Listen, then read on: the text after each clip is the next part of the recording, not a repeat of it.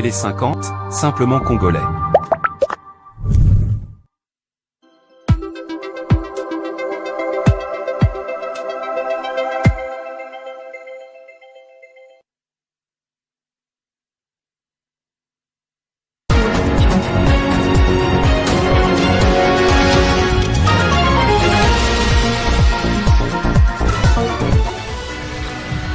Un an après sa mise en place, le gouvernement Soumina II se prête à l'exercice du bilan, une année marquée par des réformes économiques, la relance des infrastructures et la mobilisation de l'action publique, mais aussi par des défis majeurs de la sécurité dans l'est du pays, sans oublier la 17e épidémie d'Ebola.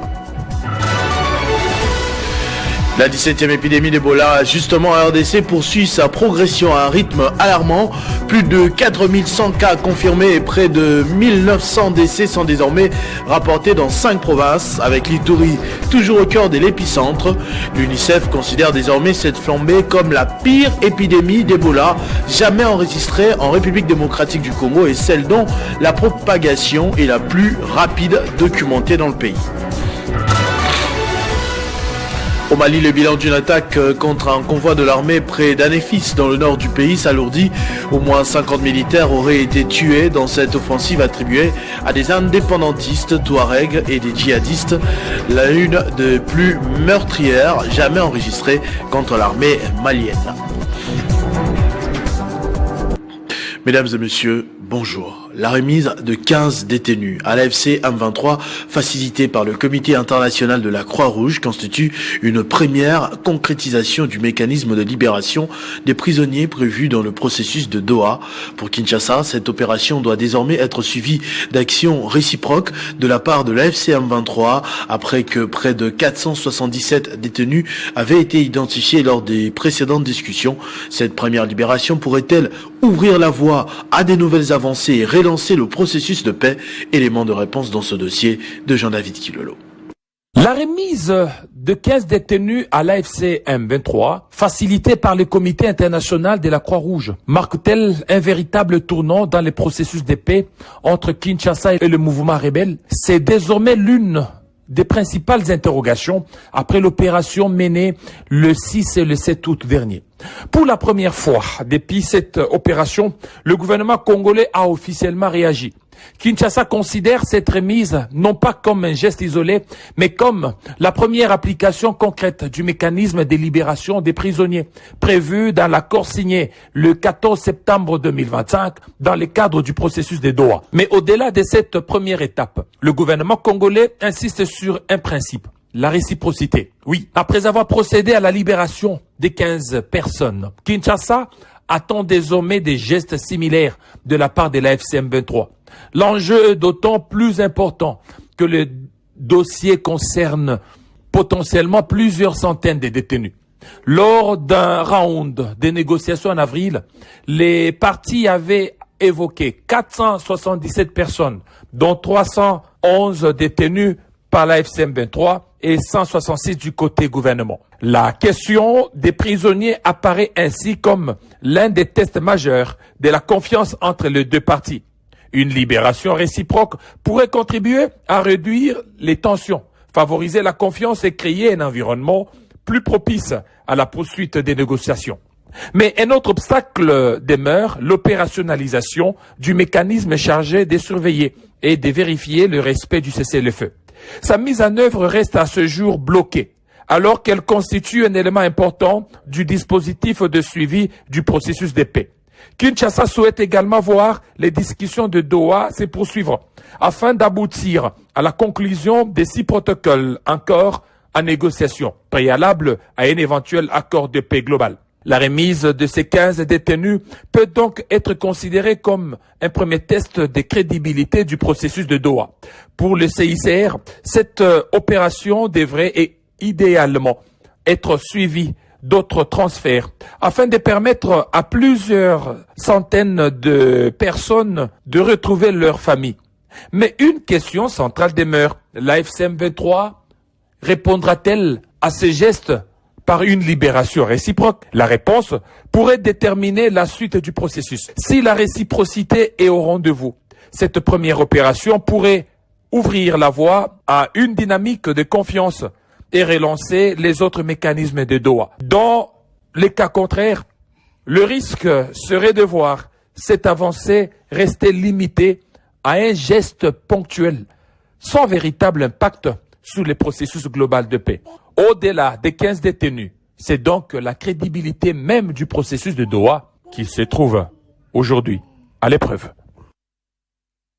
Je le disais au sommaire, sous la conduite de la première ministre Judith Suminwa Tuluka, l'exécutif a placé au cœur de son action la poursuite du programme présidentiel, avec un accent particulier sur la stabilisation de l'économie, la modernisation des infrastructures et l'amélioration des conditions de vie des Congolais. Un an après, le gouvernement revendique la poursuite de la consolidation des finances publiques, la mobilisation accrue des recettes et la maîtrise des dépenses, avec l'objectif de préserver les grands équilibres tout en maintenant les investissements publics. Entre-temps, plusieurs chantiers ont également marqué cette première année. Routes, ouvrages hydrauliques, électrification, infrastructures scolaires et sanitaires. Des réalisations qui traduisent la volonté de rapprocher davantage l'action de l'État, des populations et de soutenir le développement des provinces. Mais au-delà de ces acquis, le gouvernement Suminwa II reste confronté à des défis majeurs. La situation sécuritaire dans l'Est, le coût de la vie, l'accès à l'électricité et l'eau potable, ainsi que la nécessité d'accélérer les réformes structurelles demeurent au centre des préoccupations. Épidémie d'Ebola en République démocratique du Congo. Le bilan officiel dépasse désormais les 4000 cas confirmés, dont environ 1850 décès dans 5 provinces. La situation reste particulièrement difficile dans certaines zones rurales de l'Ituri, où le manque de moyens logistiques complique la prise en charge des malades et les transports des dépouilles. À Kisangani, les agents du centre de traitement d'Ebola ont menacé de libérer les patients en raison du non-paiement de leurs prestations. Sur cette question, nous sommes en ligne avec le docteur Kambale Lwamsa. Selon vous, docteur, qu'est-ce que la communauté doit faire en ce moment crucial? À l'égard de la communauté vivant dans cette zone touchée par la maladie à virus Ebola, malheureusement, qu'on le veuille ou pas, cette maladie existe déjà et elle tue. Concernant les équipes et responsabilités pour mener la riposte contre la propagation de cette maladie, voici la question à se poser. À qui est-ce que la population a placé leur confiance? Pourquoi y a-t-il toujours des tensions entre la population et les équipes de la riposte? Est-ce que la population fait vraiment confiance aux équipes de la riposte? Ces tensions qui s'observent soulignent quand même des points d'interrogation. Si, par exemple, on constate que la population, la communauté se tourne ou fait beaucoup plus recours aux remèdes à base de substances naturelles ou aux remèdes à base de plantes. Là, il y a lieu de coopérer, de collaborer avec les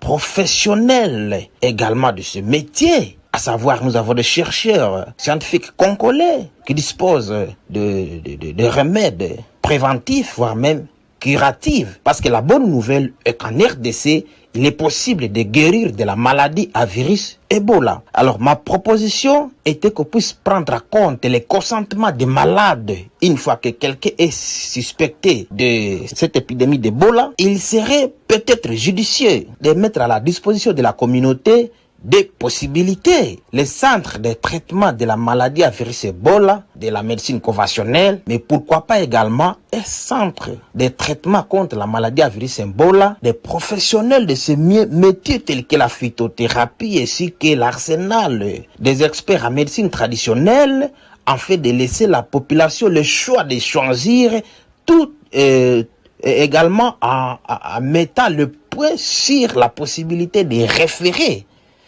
Donc, un patient peut venir dans un centre de traitement des experts en médecine traditionnelle. En cas de nécessité, il peut être référé dans un centre de traitement de la médecine conventionnelle et vice-versa. Je suppose que cela pouvait remédier ou pallier à d'autres problèmes afin de prévenir les tensions qui se vivent entre les équipes de la riposte ainsi que la communauté. Merci beaucoup, docteur. Autre sujet à présent, à l'occasion de la cérémonie de collation des grades académiques aux étudiantes de l'Institut supérieur des arts et métiers Marie Auxiliaire Isam Karadia. Ce samedi, l'ambassadrice universelle de la paix, Nathalie Aziza Mounana, visionnaire et présidente de la fondation Calixte Mounana, a rendu un vibrant hommage en mémoire des jeunes filles et femmes étudiantes victimes des atrocités rwandaises dans la partie est de la RDC. Elle a ensuite élevé une prière spéciale pour la paix, l'unité et la cohésion nationale et félicité le chef de l'État, champion de la masculinité positive pour la gratuité de l'enseignement primaire et pour sa vision visant à étendre cette gratuité à tous les niveaux d'enseignement. Fidèle à ses missions d'encadrement de la jeunesse congolaise, de prise en charge scolaire et d'éducation des jeunes filles et enfants vulnérables au sein de la Fondation Calixte Mounana, l'ambassadrice universelle de la paix et dignitaire d'État, Nathalie Aziza Mounana, a rehaussé de sa présence la cérémonie de collation des grades académiques de l'Institut supérieur des arts et métiers Marie Auxiliatrice Isam Karadia, c'est samedi 8 août 2026 à Lubumbashi. La cérémonie a débuté par la célébration eucharistique suivie de la proclamation des résultats et de la remise des grades académiques. Dans son allocution, le directeur général a présenté Nathalie Aziza Mounana comme une figure politique majeure, une femme d'État, un modèle d'excellence pour la jeunesse du Haut-Katanga et de la République démocratique du Congo, saluant son parcours remarquable au sein de la sphère politique nationale. Son Excellence Aziza Mounana nous a honorés, je ne m'y attendais pas. C'est une dame extraordinaire. Ce que je peux dire à son Excellence, c'est de continuer à travailler pour ce pays, comme elle le fait toujours. Nous l'appelons souvent Mama Waba Mama. Prenant la parole, l'ambassadrice universelle de la paix, Nathalie Aziza Mounana, visionnaire et présidente de la fondation Calixte Mounana, a demandé une minute de silence en mémoire des jeunes filles et femmes étudiantes victimes des atrocités rwandaises dans la partie est de la RDC. Elle a ensuite élevé une prière spéciale pour la paix, l'unité et la cohésion nationale. À cette occasion, elle a également félicité le président de la République, Félix-Antoine Tshisekedi Tshilombo, chef de l'État, pour la gratuité de l'enseignement primaire et pour sa vision à étendre cette gratuité à tous les niveaux d'enseignement. Femme d'État engagée, Nathalie Aziza Mounana est venue encourager ces jeunes diplômés, futurs professionnels, à mettre en pratique 5 valeurs essentielles pour atteindre leurs objectifs dans la vie active. Dans une atmosphère empreinte d'émotion et de joie, les lauréats ont exprimé leur reconnaissance. Nous avons vu la présence de notre ministre Nathalie Aziza Mounana. Son parcours a vraiment édifié. Grâce à cette distinction aussi, elle me motive et me donne aussi envie de faire comme. 37 ans d'action sociale et humanitaire, la Fondation Calixte Mounana a pris en charge de nombreux orphelins et enfants vulnérables, les accompagnant dans divers domaines de formation à travers la République démocratique du Congo. L'entreprise de Deka qui œuvre pour les travaux d'asphaltage de l'avenue Irebu située dans la commune de Kasavubu à Kinshasa est à l'origine de la coupure de tous les câbles de moyenne tension fournissant de l'électricité à la cabine Busumelo 2. Une situation déplorable qui a immergé dans cette partie de la capitale dans l'obscurité. Pour remédier à cela, une équipe de la Société nationale d'électricité sous le leadership de son directeur général s'est rendue sur place pour examiner la situation afin de trouver des solutions concrètes. Sans se référer à la Société nationale d'électricité, ni régler la note relative aux dommages causés, la société Deka s'était engagée à remplacer les câbles souterrains par des câbles aériens. Un engagement qui est resté sans suite, provoquant l'angoisse de la communauté. L'entreprise Deka qui a gagné le marché ici, la réhabilitation de la route de l'avenue Irebu. Lors de l'excavation, la machine a emporté tout le réseau basse tension qui venait à peine d'être déployé dans le cadre du projet ici. Et vous comprenez, ça fait une bonne partie de la commune de Kasavubu, alimentée par la cabine Busumelo 2, qui est impactée suite à ces travaux. Dans ces contextes, le directeur général de la SNEL, le professeur docteur ingénieur Teddy Luamba, a donné des directives à ses collaborateurs pour régler ces problèmes. C'est pourquoi le remplacement de nouveaux câbles, des postes de sectionnement et d'autres équipements est actuellement en cours. Les réseaux moyenne tension souterrains a été transformé en aérien grâce à la transition vers la DK. On procède actuellement à la révision de la situation dans son ensemble. La population de Kasavubu doit garder ses apaisements parce que la cabine Boussoumelo 2, qui a 6 départs basse tension, parmi les 6 départs basse tension qui avaient été endommagés totalement lors des travaux, avec les efforts de la SNEL, nous avons déjà réhabilité 4 départs. Pour sa part, le bourgmestre de la commune de Kasavubu a prévenu ses administrés concernant les rumeurs autour des autorités avant de les inciter à obtenir des informations fiables auprès de la source appropriée. D'abord, nous allons très contents parce que avènement le président de la République, Tozui Babalaba les belés comme asphalté, notamment Irebu OEP et qui n'a projet Nzela. Les entreprises qui ont ça Nzela Beka, endommage qui va câble à SNEL. Nous avons fait aussi notre rapport et puis Tokomela qui SNEL et puis même hiérarchie pour la solution à rejoindre. Actuellement, 4 des 6 sorties de la cabine Boussoumelo D sont fonctionnelles, tandis que les 2 autres font l'objet d'une réhabilitation. Le bilan de l'attaque menée samedi contre un convoi de l'armée malienne près d'Anefis dans le nord du pays se précise. Au moins 50 militaires ont été tués selon des sources locales et militaires jointes ce dimanche. Cette attaque menée par des indépendantistes touaregs et des djihadistes est l'une des plus meurtrières subies par l'armée malienne à ce jour. Cette attaque est l'une des plus meurtrières subies par l'armée malienne depuis les débuts du conflit qui ravage ces pays d'Afrique de l'Ouest depuis une dizaine d'années. Les bilans provisoires de l'attaque est très lourd, plus de 50 militaires tués et au moins 24 prisonniers, a indiqué un élu local du nord proche de la junte au pouvoir. Ces convois partirent rejoindre Gao, la grande ville du nord, quitter la ville Anefis, théâtre dernière semaine d'après combat pour son contrôle. C'est lourd, certains hommes ont été purement exécutés, a déploré une source locale au sein de l'armée malienne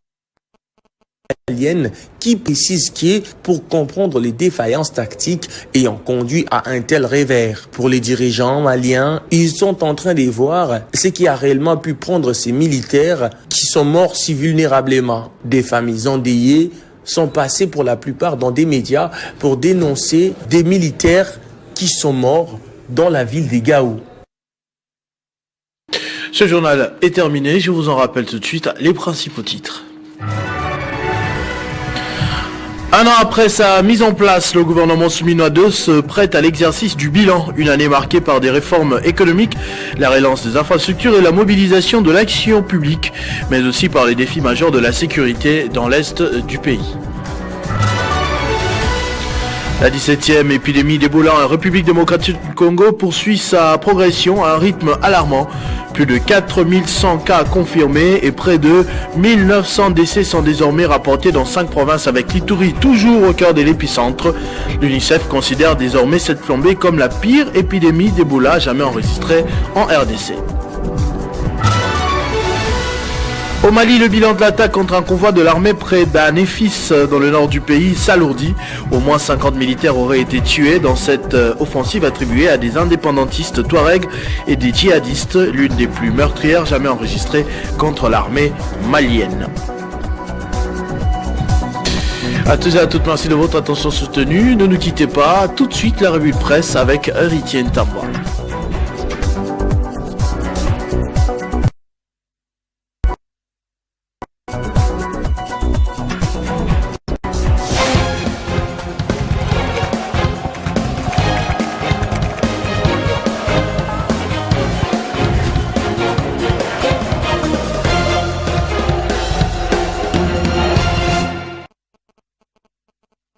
De retour sur ce plateau, comme je l'avais dit, avec Héritier Ntambois. Bonjour et bienvenue. Merci beaucoup Christopher et salutations respectueuses à toutes ces personnes qui nous suivent des partout.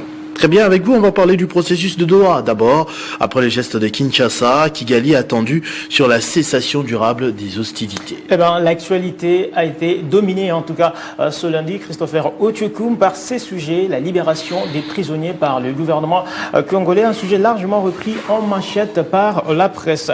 Processus de Doha, après le geste de Kinshasa, Kigali a attendu sur la cessation durable des hostilités, écrit Info 27 qui estime qu'en remettant 15 détenus à l'AFC M23 dans les cadres du processus de Doha, la République démocratique du Congo a posé l'un des gestes de confiance les plus significatifs depuis le lancement de la médiation qatari. Pour Info 27 toujours, ces nouveaux actes diplomatiques déplacent désormais le centre de gravité des attentes vers Kigali, soutien direct de l'AFC M23 selon le média, en appelant à la création de conditions propices à une paix durable.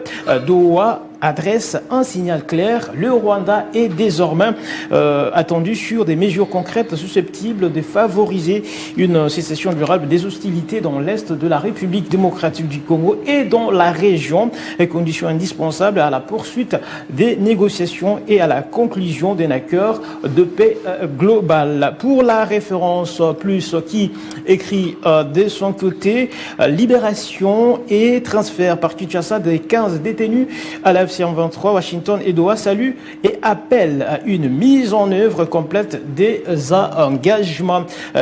L'opération du 6 au 7 août ne représente qu'une première étape au regard de l'ampleur des engagements pris par les parties. Le tabloïd rappelle que lors du round de négociation d'avril, les mécanismes portaient sur 477 détenus, dont 311 détenus par l'AFC M23 et 166 du côté gouvernemental. Selon toujours la référence plus, le transfert de 15 détenus fait ainsi apparaître deux attentes complémentaires. Kinshasa entend faire de cette opération la preuve de sa volonté d'exécuter ses engagements tout en exigeant une réciprocité de la part des autres parties. Washington, de son côté, veut que cette première étape serve des points de départ à une mise en œuvre plus large du processus de Doha. Processus de Doha, toujours les doutes sur la part du Rwanda, écrit de son côté Le Phare, qui estime, Christopher Otiokoum, qu'il serait fort risqué d'affirmer qu'un petit ou grand pas a été accompli dans la voie du retour d'une paix durable à l'est de la République démocratique du Congo. La prudence s'impose, d'autant plus que le Rwanda fait peser une incertitude totale au sujet de sa volonté de remplir sa part des obligations. Très bien, gestion financière à la DGDA, c'est votre deuxième sujet. Vous parlez d'un nouveau manuel et un nouveau logiciel pour plus d'efficacité. Tout à fait, bien pour renforcer l'efficacité et la bonne gouvernance, la DGDA vient d'amorcer le passage de Ofida Compta à DGDA, DFI et Compta. Eh bien, pour accompagner cette réforme, nous apprend le journal Le Pacifique. Un atelier sur la révision du manuel des procédures des finances internes s'est tenu le vendredi 7 août 2026 à l'hôtel Hilton de Kinshasa. Gombe, présidé par le DGA, chargé des finances et de l'administration, Jean-Louis Baouna Mabolia. L'atelier a débuté par la présentation des objectifs par la directrice des finances internes, Mou Benechai. Elle a défini le manuel comme un guide officiel des règles de gestion du circuit des tâches et des responsabilités. Selon cette hebdomadaire d'information et d'analyse, Le Pacifique, bien entendu, les trois objectifs de l'atelier étaient préciser les rôles de chaque acteur, formaliser l'enchaînement de tâches pour plus d'efficacité et mettre en place un cadre formel pour les opérations administratives, financières et comptables. Le DGA Baouna a invité les participants à l'engagement et a souligné que cet atelier traduit la volonté de la DGDA cela, de moderniser sa gestion pour plus de performance, de transparence et de bonne gouvernance. Faisons d'une pierre deux coups. Ce même journal, Le Pacifique, fait savoir à travers ce titre. On revient sur cette une. Lualaba, consolidation des acquis de la gratuité de l'enseignement. Fifi Masuka a redonné espoir aux enfants du groupement Muoshima. Cette action salutaire de la gouverneure du Lualaba, Fifi Masuka, qu'on voit d'ailleurs à la une du journal Le Pacifique, s'inscrit dans son souci de consolider les acquis de la gratuité de l'enseignement primaire décrété par le chef de l'État Félix-Antoine Tshisekedi Tshilombo. Selon ce même média, sans la une du média s'il vous plaît, Masuka a pu construire une école primaire de 14 classes devant accueillir environ 900 élèves. Voilà, comme vous l'avez compris, Christopher Otuku, moi qui m'a fait à notre revue de presse de ce lundi. Merci beaucoup, héritier, pour ce voyage dans les journaux. Nous avons fait l'essentiel de ce début de semaine. On se retrouve très prochainement avec le même plaisir. Avec le même plaisir. À tous et à toutes également, merci de votre attention soutenue, tel que je le disais à l'heure. Vivez heureux, vivez 100 ans, mesdames et messieurs. Retrouvez toute l'actualité en continu sur www.tele50.cd.